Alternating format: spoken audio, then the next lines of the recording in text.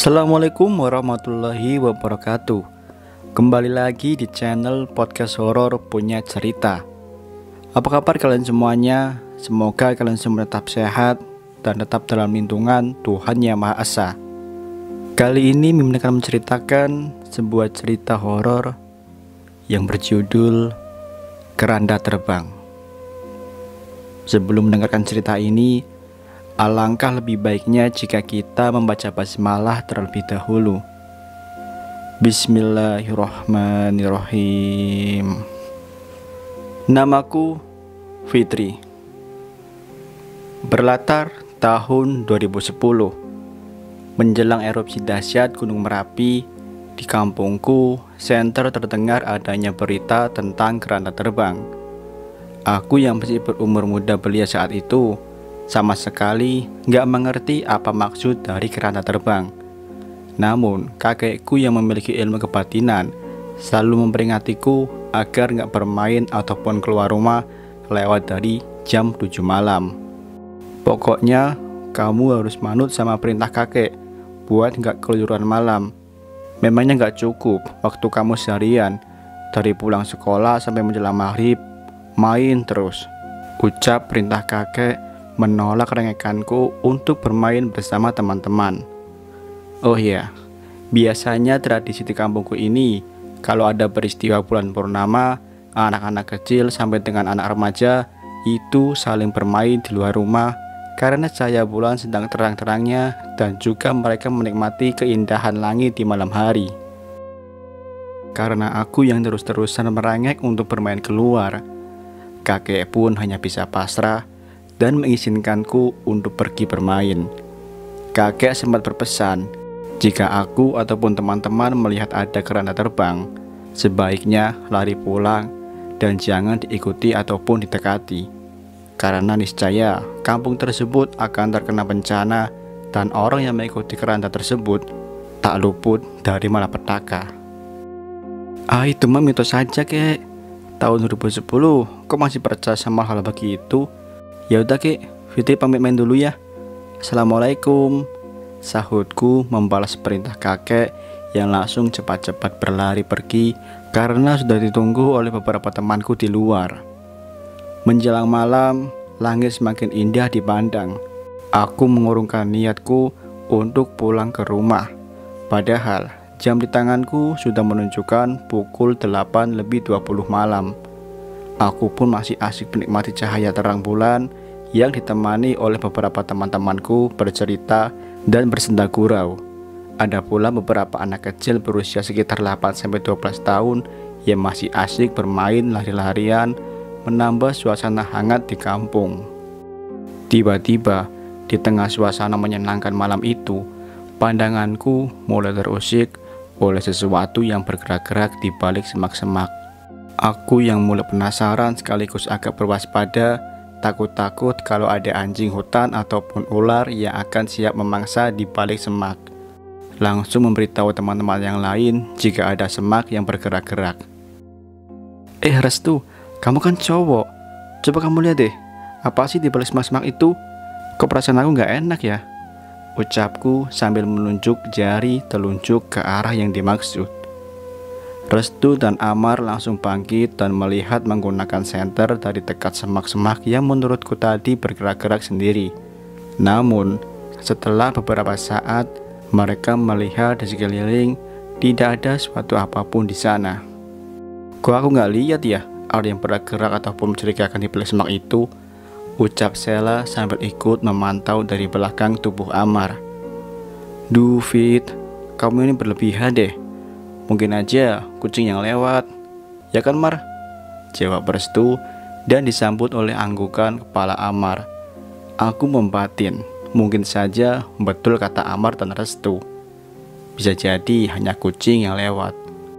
Sekitar 15 menit berlalu, pandanganku kembali diusik oleh sesuatu yang kemudian bergerak-gerak lagi di balik semak-semak itu. Sel, lihat tuh gerak-gerak lagi loh semak-semaknya. Ucapku panik sambil menepuk-nepuk tangan Sela serta menunjuk jari ke telunjuk arah semak. Heh, kok iya ya gerak-gerak sendiri? Jawab Sela yang ikut bingung melihat apa yang kulihat sebelumnya. Udahlah, mungkin juga kucing mau melahirkan kali. Kan nanti udah dilihat sama Amarta Restu. Timpal Henny mencoba menenangkanku dengan Sela. Iya, paling juga kucing, jawab Restu dengan nada datar. Aku dan Sela duduknya kini saling berdekatan. Kita pun saling merangkul karena merasa agak takut melihat keanehan tadi. Terkadang semak-semak itu bergerak-gerak kencang, tetapi jika diperhatikan, semak tersebut akan diam dengan sendirinya. Tepat pukul 9.15 malam, aku dan teman-teman yang lainnya beranjak pulang ke rumah. Suasana ramai dan suara tawa anak-anak kecil yang berlarian perlahan menjadi sepi karena mereka satu persatu sudah kembali pulang ke rumah masing-masing. Dan berganti suara jangkrik serta burung hantu yang saling bersahutan. Tiba-tiba, suara misterius kembali mengejutkan di balik semak-semak yang bergerak. Kucing kenceng banget sih, ngagetin aja malam-malam gini. Biar aku kasih pelajaran dah, ucap Amar yang langsung spontan mengambil kerikil kecil dan melemparkannya ke sumber suara. Bunyi kerikil itu keras terdengar seperti membentur sesuatu. Hanya memakan waktu beberapa saat, muncullah dari balik semak-semak tersebut sebuah keranda yang bergerak dan perlahan melayang. Astagfirullah, ya Allah, keranda terbang, teriak kami semua ketakutan. Aku yang sudah panik dan lemas masih teringat akan pesan kakek agar tidak mendekati keranda terbang itu dan langsung lari pulang ke rumah. Beruntung karena rumah kakekku dekat, tidak sampai 5 menit aku berlari. Aku pun sudah tiba di depan rumah kakek, yang rupa-rupanya ada kakek di sana sedang menungguku pulang. Dengan terpatah-patah dan percucuran peluh, aku menceritakan apa yang baru saja aku lihat bersama teman-teman yang lain. Mendengar hal itu, kakek langsung mengajak aku masuk ke dalam dan memberikan aku segelas air hangat yang sudah didoakan. Kamu kok ngeyel sih, Vi, dikasih tahu? Kakekmu ini sudah banyak makan asam garam. Jadi, kalau kamu dikasih nasihat, ya buat ditengerin toh. Aku hanya mengangguk mendengar kakek meneruskan pembicaraannya. Ini pasti ada sangkut pautnya dengan bencana yang akan menimpa desa. Karena 3 hari sebelum desa Sesus adanya kabar keranda terbang, kakek dimimikkan oleh seorang nenek-nenek yang memakai pakaian ala keraton menghampiri. Beliau mengatakan, jika akan ada bencana alam yang luar biasa dahsyat hingga bertampak pada perekonomian rakyat. Beliau pun bertutur, semestinya manusia harus terus menggantungkan hidupnya kepada Sang Maha Pencipta dan berserah diri serta berperilaku yang baik. Terakhir, si nenek pun bertutur, jika ada sebuah tanda yang tak biasa muncul di kampung, sebaiknya warga tidak perlu khawatir, tetapi dekatkan diri kepada Sang Maha Pencipta agar senantiasa diberi pertolongan. Saat kakek sadar dari mimpi, kakek langsung teringat akan berita Gunung Merapi yang sebentar lagi akan meletus. Ya Allah, ya Rob, apa ini sebuah pertanda darimu akan ada bencana yang menimpa desa? Semoga engkau menjauhkan kami dari murka amarahmu. Amin ya Rabbal Alamin, ucap doa di dalam hati kakek dengan lirih. Aku yang masih penasaran kemudian menanyakan kembali apa sangkut pautnya keranda terbang dengan pertanda bencana alam pada kakek. Dan kakek menghela nafasnya sebelum ia menjawab. Jadi gini loh, Fit. Sebenarnya keranda terbang atau istilah Jawanya panggebluk, lampor, dan sebagainya adalah sebuah pertanda yang dipercayai sejak zaman dahulu kala di tanah Jawa akan ada sebuah musibah yang menimpa desa. Musibah tersebut akan memakan korban jiwa ataupun akan berdampak pada perekonomian marga. Musibah itu sendiri bisa dari bencana alam ataupun wabah sakit penyakit. Sebagai contoh, ingat nggak kamu waktu tahun 2002? Mungkin kamu lupa ya. Sewaktu wabah flu burung melanda, sempat beberapa warga melihat adanya keranda terbang yang berkeliling di atas rumah. Termasuk kakek saat itu yang juga melihat peristiwa tersebut ketika berada di pos ronda. Tak lama kemudian, wabah flu burung melanda desa, menyebabkan sebanyak 2 kandang bebek dan ayam kakek semuanya habis. karena terjangkit virus flu, serta beberapa warga desa yang sampai meninggal. Belum lagi kerugian warga karena harus melahirkan ternak unggas mereka habis tak tersisa. Setelah banyak mendapatkan informasi dari kakek, aku yang sudah kelelahan izin pamit untuk segera pergi ke kamar dan memejamkan mata. Entah beberapa saat aku merebahkan badan dengan mata yang terpejam. Sayup-sayup aku mendengar ada suara seperti benda yang jatuh. Brak, krak, krak, krak. Suara itu semakin jelas terngiang-ngiang di telingaku. Dan setelah beberapa kali suara itu mengagetkanku, aku baru tersadar jika itu adalah bunyi suara dari keranda terbang yang baru kulihat. Aku langsung pergi ke kamar kakek dan memintanya melihat keluar rumah, karena aku sangat yakin jika suara itu adalah suara dari keranda mayat yang terbang. Kakek dengan segera beralih keluar dan melihat ke atap rumah, namun tak ada apa-apa. Dari luar rumah, suara itu makin jelas terdengar, dan ternyata setelah ditelusuri, suara itu berasal dari rumah Amar yang hanya berselang 3 rumah dari rumahku. Aku mengikuti dari belakang langkah kaki kakek hingga berhenti tepat di depan rumah Amar yang masih menyala lampunya. Kek, tumben rumah Amar masih terang, padahal kan sekarang udah malam. Biasanya jam segini keluarganya Amar pasti udah tidur, kek. Ucapku kembali membuka percakapan dengan kakek. Ada yang gak beres ini. Kakek melihat ada keranda terbang di atap rumah Amar. Ucapan kakek sontak membuatku gemetar ketakutan.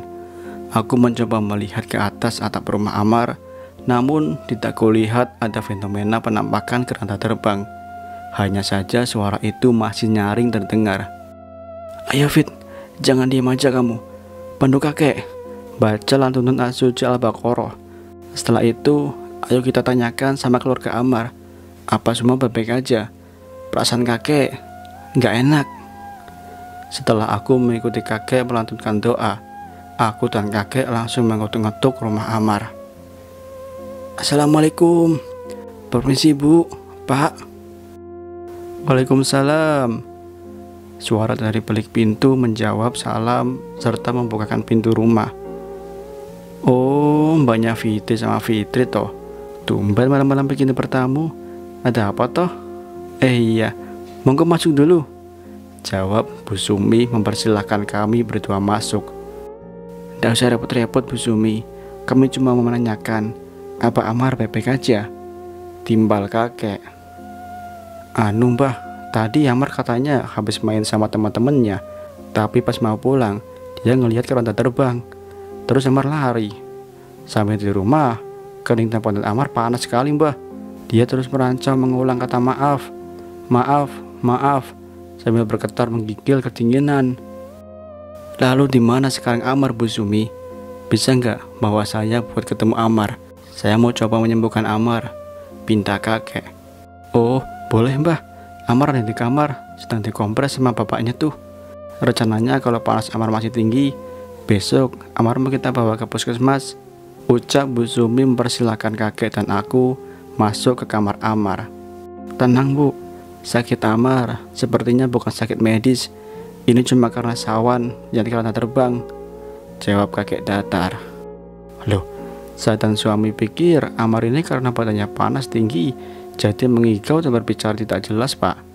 Malahan suami saya bilang badan Amar panas karena masuk angin habis main di luar malam-malam, ucap Bu Sumi.